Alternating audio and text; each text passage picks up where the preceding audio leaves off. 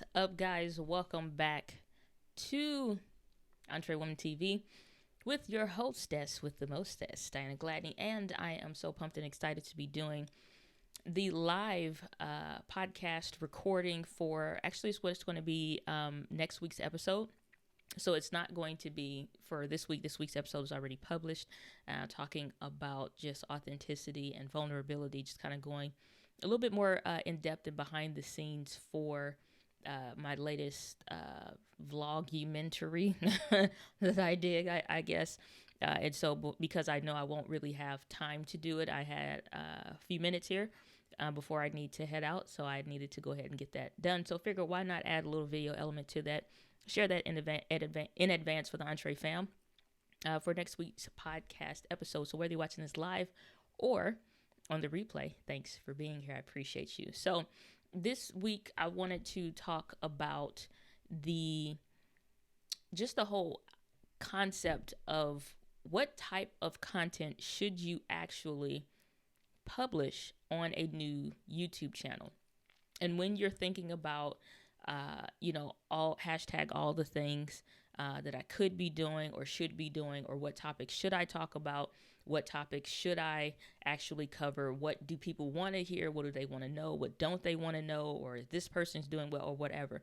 Like a million and one things start to come up in our mind and in our thoughts when we're trying to consider what should we begin talking about to start creating video content that's not just something that's for us, but that's actually going to get traction, that's actually going to matter, that's actually going to make a difference to the person that's on the other side of the computer screen, of the phone, of the, earbuds or the whatever. So specifically referencing YouTube, when you're starting a YouTube channel, what type of content should you do? So I want to break down a couple things of what I honestly believe you should do based on my experience, what I suggest to clients that I'm working with, and even just working alongside other content creators and things like that have been known and proven to work. And some stuff I honestly wish that I had done when I was first getting started, launching my YouTube channel. So much in the same way, when you are kicking off a podcast, if you've ever started a podcast, you have to think of what are the behaviors of the person when they are first interacting and engaging with your content, or when they first come across that subject matter or whatever. What's their typical thing? I always like to bring up the example of Instagram and the behaviors on Instagram or even Facebook between somebody that's a millennial or even somebody that's a Gen Z person, and how they interact on that platform versus someone like, our parents and things like that, or just an older demographic. Whereas we're doing like this, it's just a mile a minute, and then we'll see something, laugh, like whatever, and it's different, various levels of engagement. And I've talked about that on the previous podcast episode about the hierarchy of engagement and how someone goes through the process of whether they just look at something and don't react to it, or it's something that causes them to respond to it and like it, heart it, give some type of emoji, something, whether it, is enough of a piece of a content that makes them want to engage with it and leave a content, or if you're just hitting, the bee's knees Hall of Fame and they're sharing or saving that content. So definitely check out previous episodes where I talk about that hierarchy of engagement. However, when we're looking at the behaviors of like something on Facebook, we're doing this, which is just scrolling a mile a minute. And then you have an older demographic that just may be casually going from bottom to top every few seconds, or they may scroll back down. And what was that? They're stopping the scroll. You don't have to be as aggressive with it, or with your marketing, or what you're saying, or the captions, or the images, or whatever. The things that causes them to stop scrolling are very different, and they're moving at a much slower pace. Not that that's a negative. It's just how they typically interact and engage with that platform is going to be different. So much in the same way, when somebody is looking for a podcast or looking for content, something that they really want to dig their teeth into, when they find your podcast, when they find your content, you want them to have a library of things to do. Most people start off their podcast with, an introduction to the show, an introduction to what this thing is going to be about. And so that's nice. And it's kind of like a given. And it's just like, yeah, I'm really looking forward to talking about all the things, hashtag all the things. And stay tuned for next week. And if you just release with one episode, you make it very easy for that person to walk away and maybe come back around to you in a few months. Versus when they have identified that this is what they want, this is what they need, or something that they're excited about.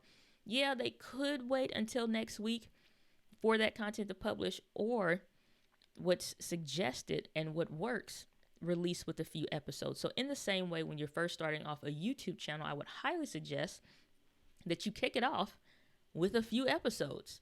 Start with at least 4 to 5 videos so that when you are getting somebody that finds your channel, comes across searchable content, you want them to have bingeable content. I think the worst thing ever on like Netflix is to find a pilot of an episode or a show that's amazing that never gets past the pilot episode because it gives you so many thoughts and ideas and wonderings and all the things that you wish you could see.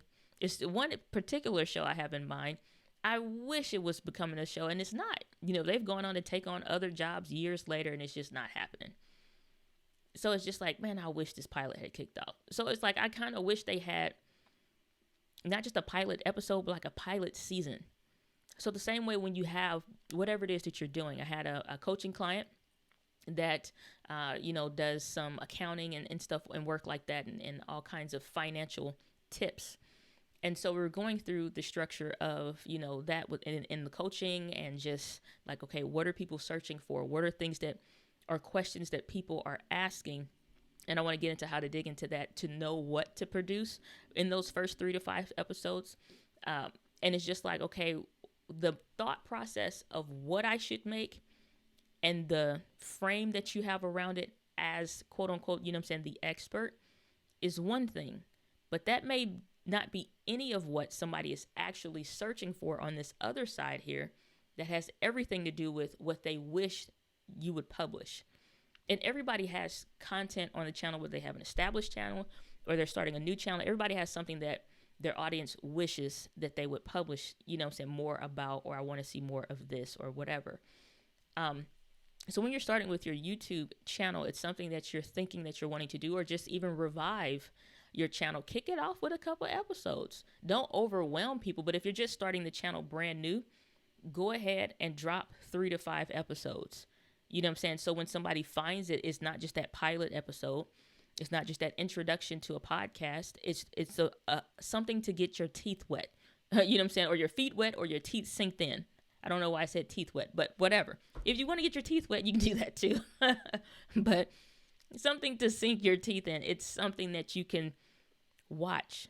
So as we dig more into that, let's think about playlists.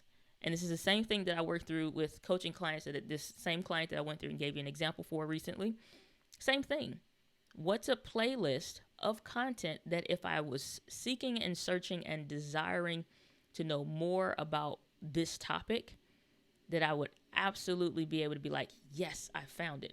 That's honestly how I hired and found my first business coach. I was searching for a specific topic, and it was really bad just results on YouTube. And the Google stuff post that was coming up, it was just so old and so outdated, and it sucked. And I'm just like, what in the world, And so I find his content, and all of a sudden, I find a library of content that is answering questions I have been trying to figure out for months. And so I was able to digest his content just days prior to getting on his email list, and then him reaching out and we're connected, and then eventually becoming his coaching client. But that's how, I hired my first paid business coach, because he had a library of content that was just like, it was just the audio recordings uploaded for, it would be his group or weekly group live coaching call or whatever it was. And so in the same way that I found his content, or you're finding a topic, it's great when you find a video that answers a answer to a question. but it's phenomenal when you find a group of content, maybe especially by somebody that's teaching in the style that you wish that they would. They're speaking your language. All of these things, don't just give them one episode or one video. Consider a playlist, or I like to call it the next logical question. What's the next logical question? That NLC. What's the next logical question? Or Q. I don't know why I said C. It's Q. I know my letters, my alphabet. NLQ. I don't know why I said C. NLQ. Next logical question. I promise I speak English my whole life. But next logical question that they have. If I'm asking about, for example, on the channel, how to live stream on the Canon M50, I'm probably going to be curious about my actual setup. You know what I'm saying? What is she using? Or what is the stuff that they're using? Or what's that microphone? You're asking about the camera, but there is no such thing as video or a live stream, really, where it's just video and there's really no audio. Of course you can, but you know what I'm saying? So it's just like, okay, well, dag, I really like that microphone, or I really like the way that sounds, or man, that sounds great. I wonder what that person's using, because it's not what I've been seeing, you know?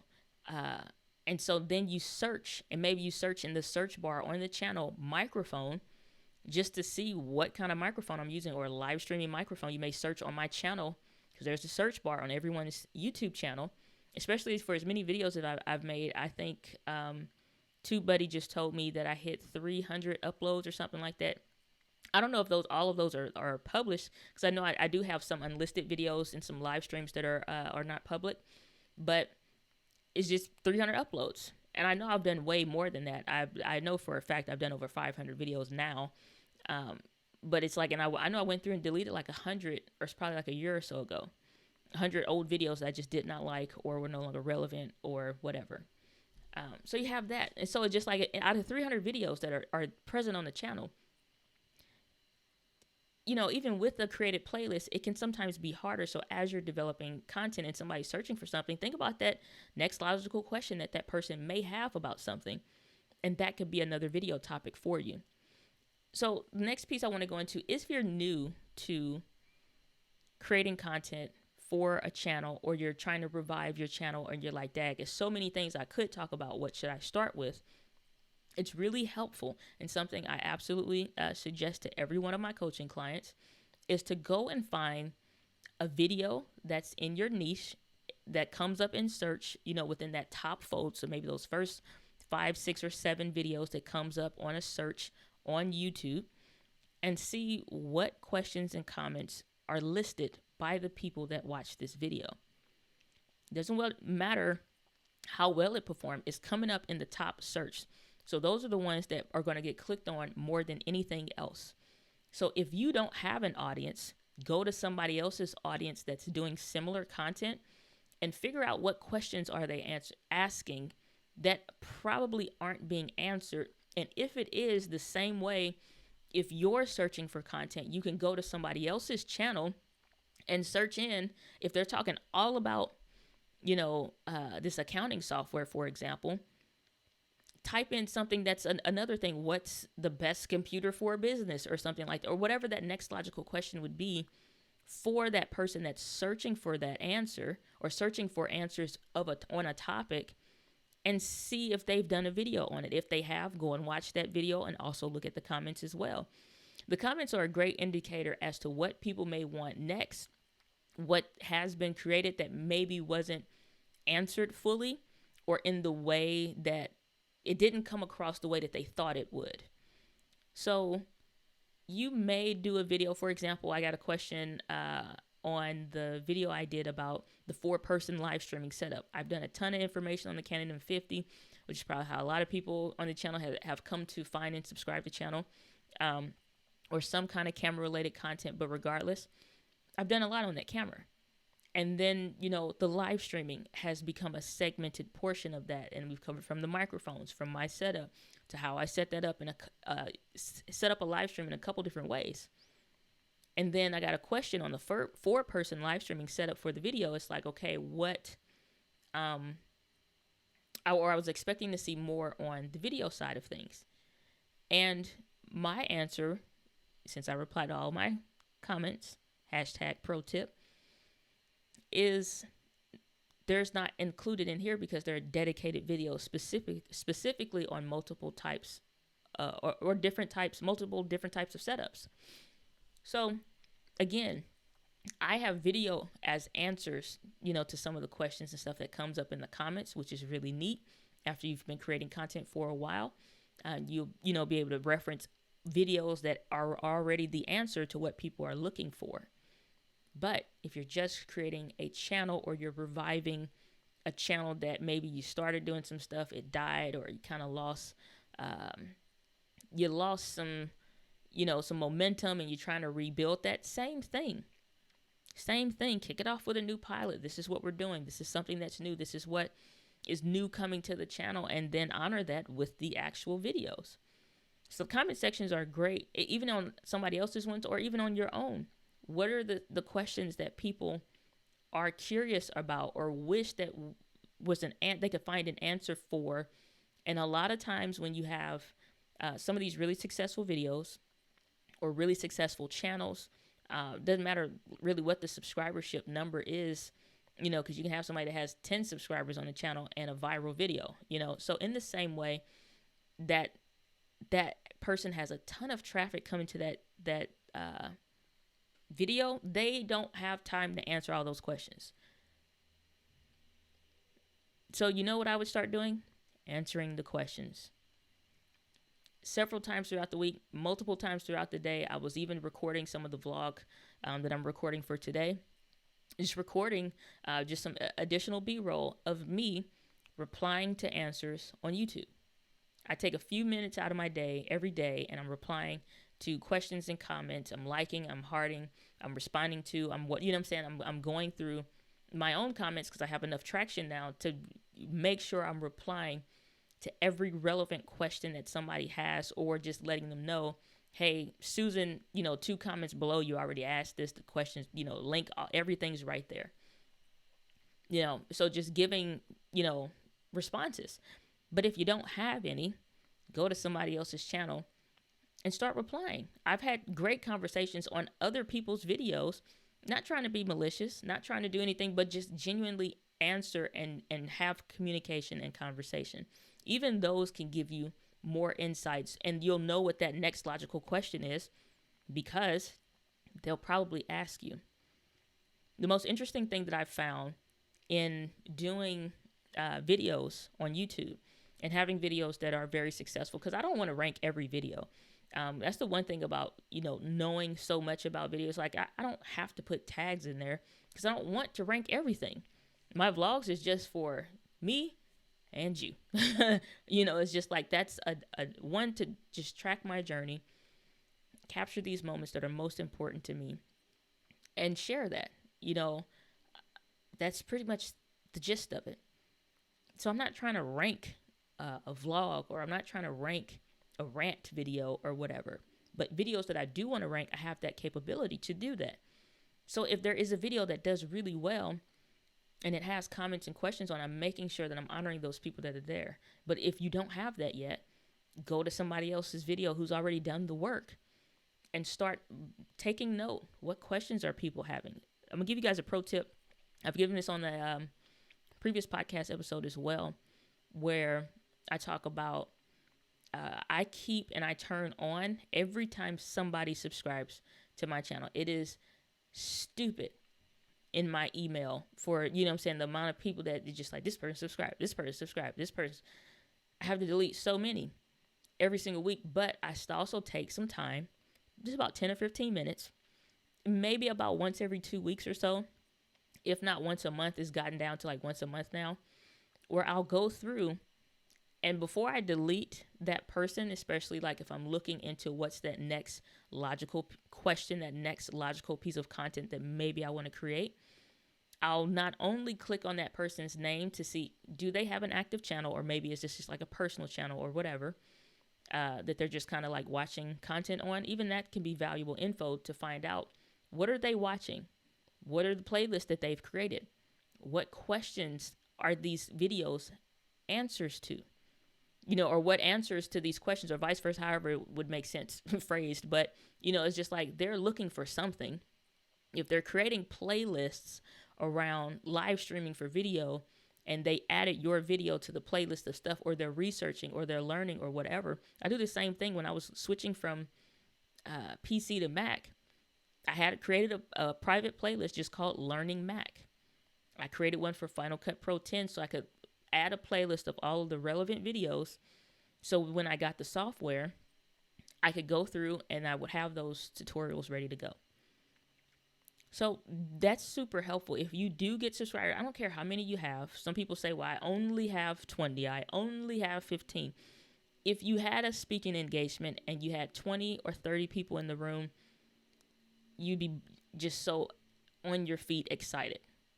So don't think any different when you have a subscribership in those same amounts. You know what I'm saying? Because some people wish they had 10 people in a room when they go to give a talk. It may just be 2 or 3. So when you have 20, 30, 40, 50 people in a room, whether that's an online room, like your YouTube channel, or if it's a physical room, like at the, local whatever that you're speaking at, it makes a difference. So go and look at those people that have subscribed to your channels. One, turn that notification on in YouTube, and then go look and see what other things are they searching for. So many times I've gotten, I would say, more ideas just from compiling a list of stuff that you guys are already watching, that you're already searching for. You've already created a playlist for. The comments that you've left, you know what I'm saying? Whether it's on my video or comments that I see other people leaving on other people's video on a similar topic or one that I want to do. So you have to do relevant research for the videos that you're doing. Last piece that I'll go into here is that when you're talking about kicking off a channel is to just, like I said, the series thing is important. Creating a playlist is important. But then too, that gives you some breathing space. So yes, kind of create an upload schedule. It's been said to where it's like create where you have a dedicated day or time, the same way that The Walking Dead was coming on at this day, at this time, on this network, and blah, blah, blah, like a regular TV show. That is great advice. But I don't live like that. I may not be able to catch The Walking Dead on the day that it would come out. I will catch it on a Tuesday, or, some other random day at a random time. So while that's important, and publishing at a certain time will become important, when you're first getting started, just pick a day that you can do it. Because sometimes those pressures of the when should I publish a video, do it when you can, as often as you can, but not overdoing it either. Like, take some time, put in the work, publish the video, and be consistent with that at least once a week. At least. If you can do more, great. Consistently, great. But at least once a week. That's why I love doing live streams, because it helps me to fill in the gap with just showing up. I know I'm not probably going to be able to do a whole lot. I don't know if I'll be able to, for a vlog today, to have time to stop and edit and all kinds of stuff and whatever else in the midst of work. But I at least know the video content has been published. Obviously, I've done daily uploads now for a couple days in a row here, just for the sake of, again, documenting the journey. That's just kind of where it's at. It feels good to do it every day, and just to, have that content. But at least once a week. And if I can't do that, because again, not as an excuse, but just as life happens, like I have stage 4 endometriosis. It gets painful. I get tired. I get fatigued. I get exhausted. I just don't feel like it sometimes. Screw out everything else. I just don't feel like it sometimes. But it's like, even then, showing up when I can. So it's like, if you fall off, it's okay. Life happens to us all. And see here. So I think my other camera passed away this evening, or at least the Elgato Camlink. I'm not sure why, but we'll roll with this. So, life happens to us all, but it's all about how you set your sails. So with that, I know I still got to dump some stuff off my computer as I travel. So, or before I travel. So I need to finish doing that, which is why my computer is just not playing well today. It has no memory left. And so that's where I'm going to leave it for this week's podcast episode.